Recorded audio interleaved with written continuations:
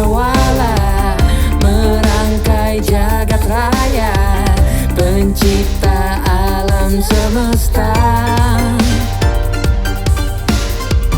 pemilik kehidupan dan sanggup menyelamatkan.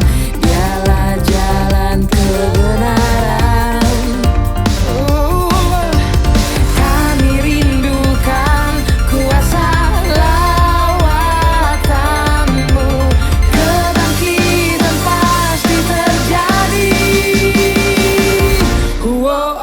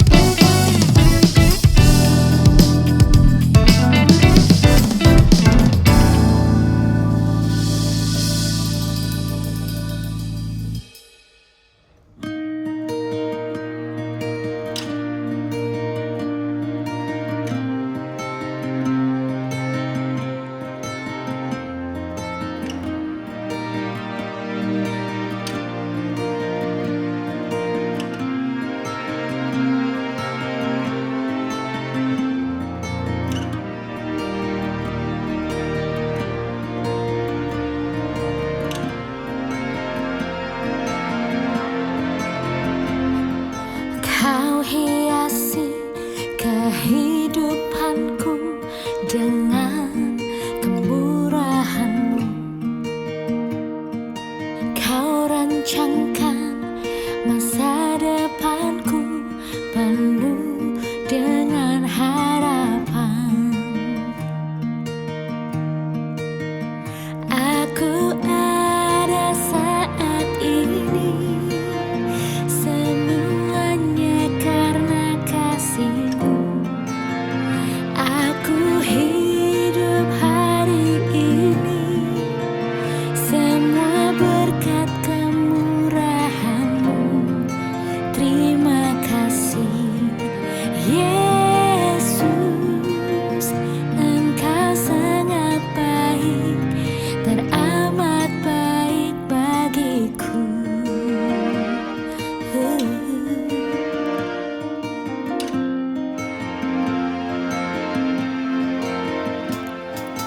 Kau hiasi kehidupanku dengan kemurahan-Mu. Kau rancangkan masa depanku penuh dengan harapan.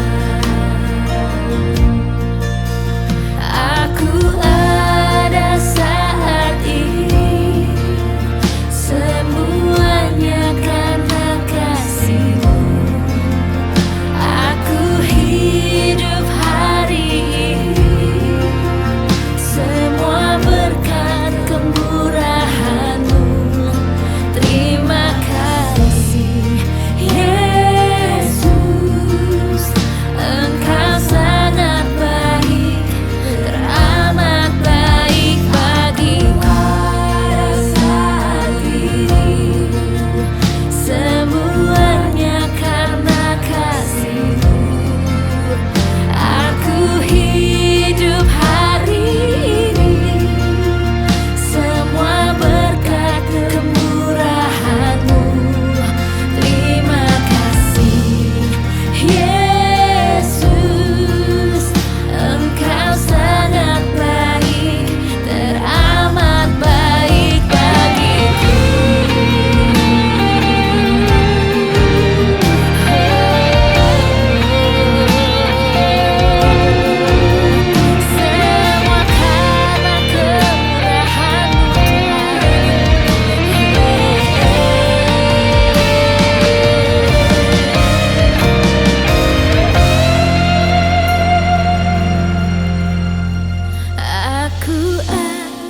Saat ini, semuanya karena kasih-Mu.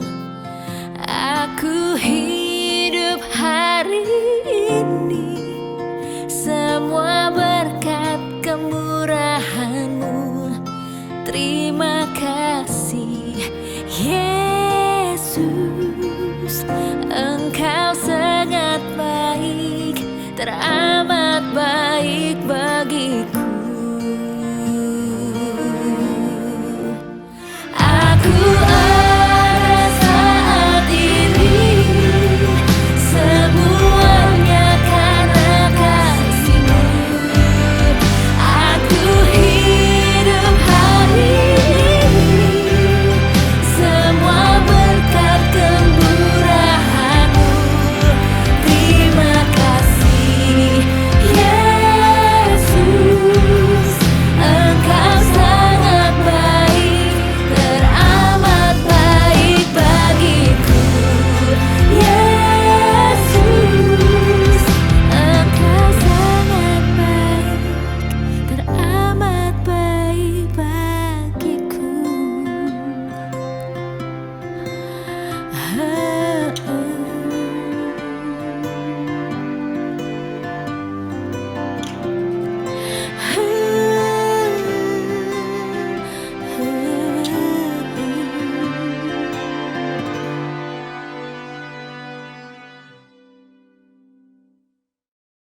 Selamat pagi saudara-saudaraku yang terkasih di dalam Yesus Kristus. Terima kasih buat kesempatan yang diberikan kepada saya untuk dapat membagikan firman Tuhan pada saat ini.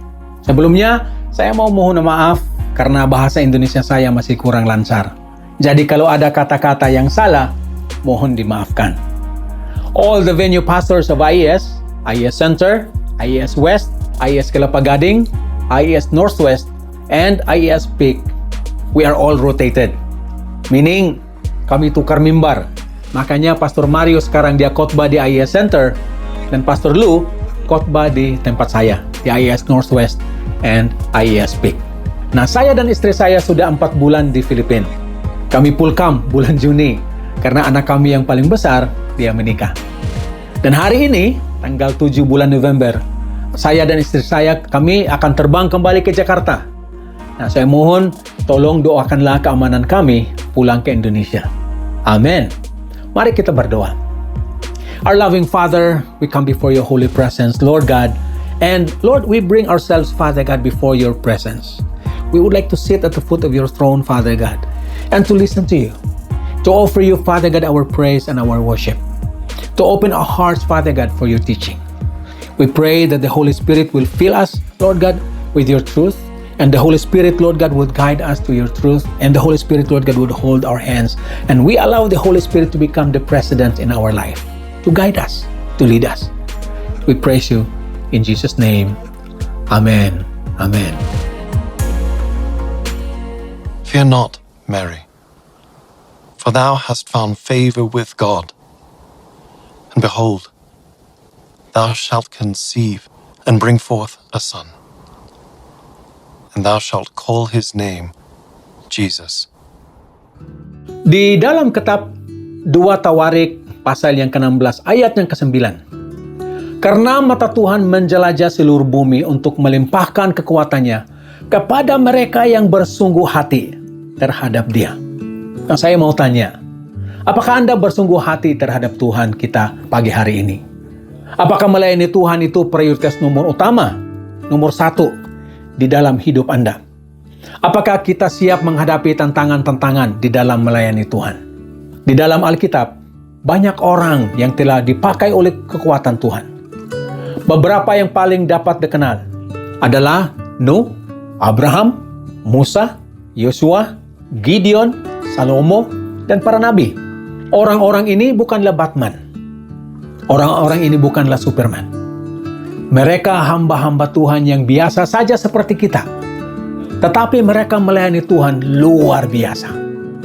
Betul, mereka hanyalah orang biasa seperti kita. Mereka dapat merasakan sakit, mereka menangis juga, mereka merasakan ketakutan, mereka merasakan amarah. Mereka memiliki perasaan seperti kita juga. Tetapi mereka mempunyai hubungan yang kuat dengan Tuhan. Nah, saya mau tanya, berapa dari Anda sekalian yang kepingin dipakai Tuhan seperti Nuh, Abraham, Musa, Daud, Yosua, Gideon, Salomo, dan para nabi? Saya mau tanya lagi, apakah Anda siap menerima tantangan-tantangan yang Anda akan alami nanti? Tetapi Anda bisa saja berkata, Pastor Tommy, saya kepingin tetapi saya bukan orang seperti mereka.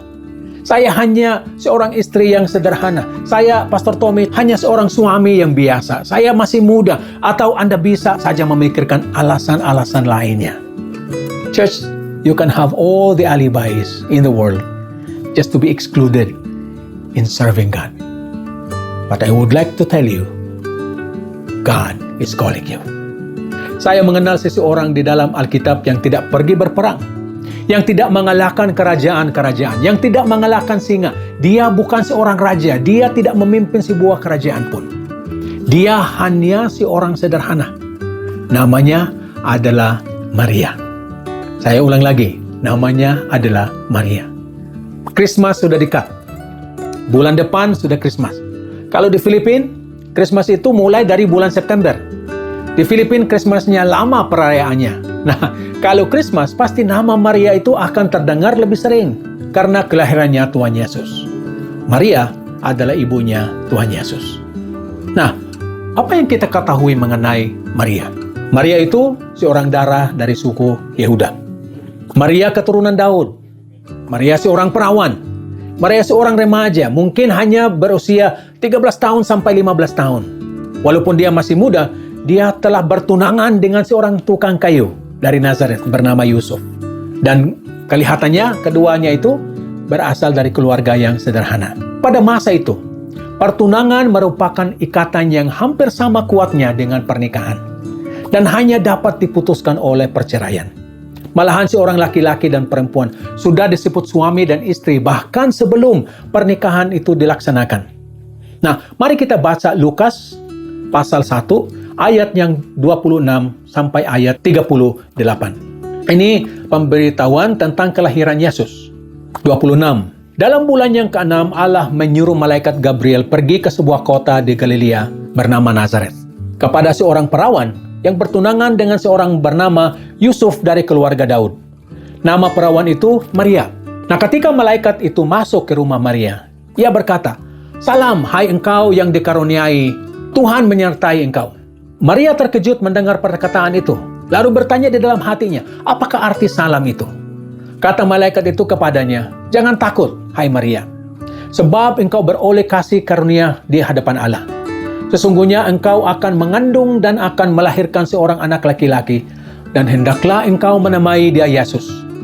Ia akan menjadi besar dan akan disebut anak Allah yang Maha Tinggi. Dan Tuhan Allah akan mengaruniakan kepadanya tahta Daud, bapa leluhurnya. Dan ia akan menjadi raja atas kaum keturunan Yakub sampai selama-lamanya, dan kerajaannya tidak akan berkesudahan." Nah, kata Maria kepada malaikat itu, "Bagaimana hal itu mungkin terjadi? Karena aku belum bersuami." Jawab malaikat itu kepadanya, "Roh Kudus akan turun atasmu, dan kuasa Allah yang Maha Tinggi akan menaungi engkau. Sebab itu anak yang akan kau lahirkan itu akan disebut kudus, anak Allah. Dan sesungguhnya, Elizabeth, sanakmu itu, ia pun sedang mengandung seorang anak laki-laki pada hari tuanya, dan inilah bulan yang ke-6 bagi dia, yang disebut mandul itu. Sebab bagi Allah tidak ada yang mustahil." Kata Maria, "Sesungguhnya aku ini adalah hamba Tuhan. Jadilah padaku menurut perkataanmu." Lalu malaikat itu meninggalkan dia. Maria menghadapi tantangan yang besar. Dia masih muda sekali. Pasti Maria takut. Dia tidak tahu apa yang akan terjadi. Dia tidak tahu sebesar apa dampak dari perkataan malaikat itu. Jadi, bagaimana Maria menghadapi semua ketakutan-ketakutan yang muncul di dalam hatinya?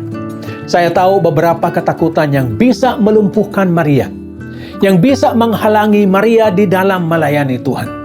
Nah, inilah ketiga ketakutan yang bisa melumpuhkan Maria. Pertama, ketakutan akan cemoohan. Apa yang dipikirkan orang yang lain? What will other people think about Mary? Yang kedua, ketakutan akan kekurangan Maria. Maria bisa bertanya kepada dirinya sendiri, bagaimana saya dapat menghadapi masalah ini? Yang ketakutan yang ketiga, ketakutan akan perubahan. Bagaimana hal ini dapat merubah hidup saya? Nah, saya mau tanya, kapankah Tuhan memakai Maria dengan segala keperkasaannya? Jawabannya, ketika Maria memilih untuk berjalan dengan iman, walaupun di dalam segala ketakutannya. Nah, saya mau ulang lagi. Kapankah Tuhan memakai Maria dengan segala keperkasaannya? Jawabannya, ketika Maria memilih untuk berjalan dengan iman, walaupun di dalam segala ketakutannya. Amin. Haleluya. Ketika Maria menginginkan untuk melaksanakan kehendak Tuhan, kata Maria, "Sesungguhnya aku ini adalah hamba Tuhan." Maria menerima kehendak Tuhan di dalam hidup Maria. Saya mau tanya lagi, kapankah Tuhan memakai Maria dengan segala keperkasaannya? Jawabannya, ketika Maria memutuskan untuk mengambil risiko. Maria berkata, "Jadilah padaku menurut perkataanmu itu." Maria mengerti, melaksanakan kehendak Tuhan bisa menghancurkan reputasinya. Tetangga-tetangganya pasti mempunyai gosip baru. Gosipnya apa? Si Maria itu hamil sebelum menikah. Si Maria ini bad influence kepada ABG-ABG di kampungnya. Karena dia hamil di luar nikah. Tapi dia memutuskan untuk mengambil risiko yang besar. Nah, gimana dengan Yusuf? Apakah Yusuf akan menerima dengan baik? Apakah Yusuf mengerti semua ini kehendaknya Tuhan? Apakah Yusuf menceraikan Maria? What Joseph will think about Mary? Maria mengerti melaksanakan kehendak Tuhan, dapat mengorbankan kenyamanannya. Nah, sebagai anak baru gede, ABG, Maria masih mau bergaul dengan perempuan-perempuan seumuran dia di kampungnya. Tetapi karena dia akan hamil, pasti dia tidak akan bisa lagi. Nah, saya mau tanya lagi, kapankah Tuhan memakai Maria dengan segala keperkasaannya? Jawaban yang ketiga, ketika Maria berani berserah terhadap janji-janji Tuhan. Lukas pasal 1 ayat yang ke-45 berkata, "Dan berbahagialah ia yang telah percaya, sebab apa yang dikatakan kepadanya dari Tuhan akan terlaksana." Maria tahu apa yang akan terjadi, tetapi dia tidak mengetahui bagaimana hal ini akan terjadi. Saya akan ulang. Maria tahu apa yang akan terjadi, tetapi dia tidak mengetahui bagaimana hal ini akan terjadi. Mary knew what would happen, but she did not know how it would happen. Jadi kita dapat mengerti bahwa Maria memiliki ketakutan seperti kita juga. Maria juga memiliki semua ketakutan-ketakutan besar, tetapi ia memilih untuk bergerak di dalam iman. How do we apply this into our own situation right now?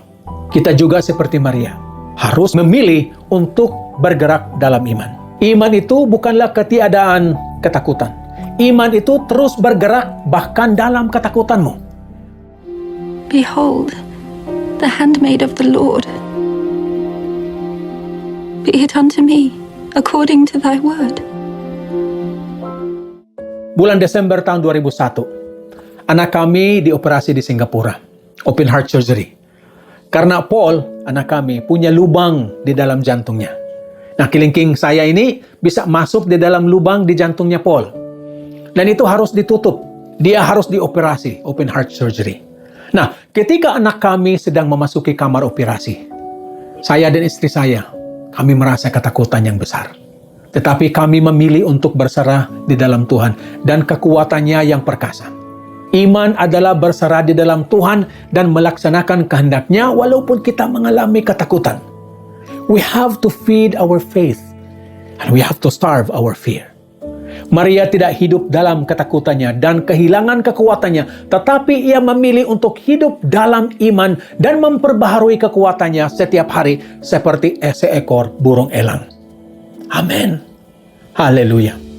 Nama-nama Anda memang mungkin tidak terdaftar di dalam sejarah pelayanan-pelayanan yang besar. Mungkin tidak seorang pun yang memperhatikan pelayanan yang Anda sekarang lakukan. Tetapi bagi Tuhan, itu merupakan pelayanan yang dahsyat untuknya. Amen. I would like to encourage you. Nothing escapes from the eyes of God. Tuhan kita tahu apa yang Anda lakukan kepadanya dengan senang hati. So, bersiap-siaplah untuk dipakai kekuatan Tuhan yang perkasa. Ingat, mulailah dari mana Anda berada. Kerjakanlah apa yang Anda dapat lakukan.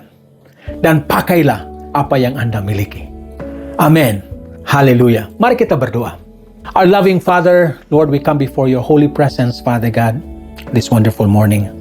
And Lord, we have learned something from the life of Mary. Mary, Father God, was chosen. And Lord, when she was chosen, she answered, Lord God, with a full heart and a trusting heart and a faithful heart, Father God, when she said, "Let it be done unto me according to your word." And Lord, we thank you that, Lord God, we can also do the same. That, Father God, we will be moving in faith and according to faith, Father God. Even when we are facing, Father God, big fears in our life. We raise our hands to you, Lord God. We pray that you will hold. We raise, Father God, our fears unto you, Lord God. We pray that you will quash. We thank you, Lord God.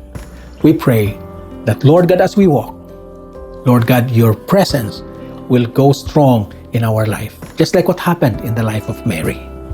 Lord, here we are. Use us for the greater glory of your holy name. We thank you, Lord God. We praise you in Jesus' name. Amen. Amen.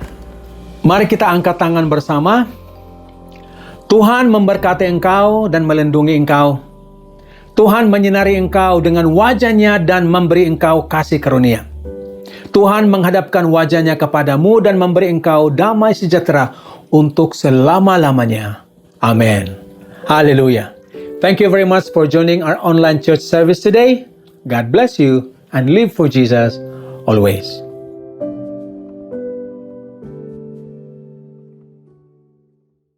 Selamat Hari Minggu semuanya. Buat teman-teman yang merasa diberkati lewat pelayanan kami hari ini, teman-teman boleh juga ambil bagian untuk jadi berkat. Bisa transfer di rekening di bawah ini.